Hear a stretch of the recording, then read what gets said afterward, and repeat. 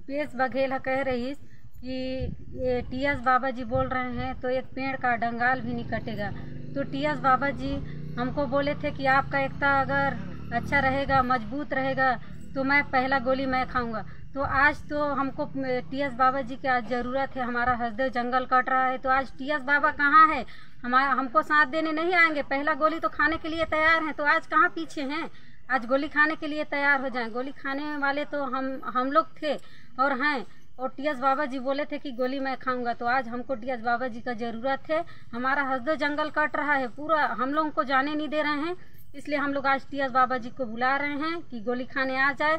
और जितना हमारे हसदेव संगठन में जुड़े हुए हैं उन लोगों से मेरा यही निवेदन है कि सब लोग आएँ और हमारे हसदेव जंगल को बचाएं।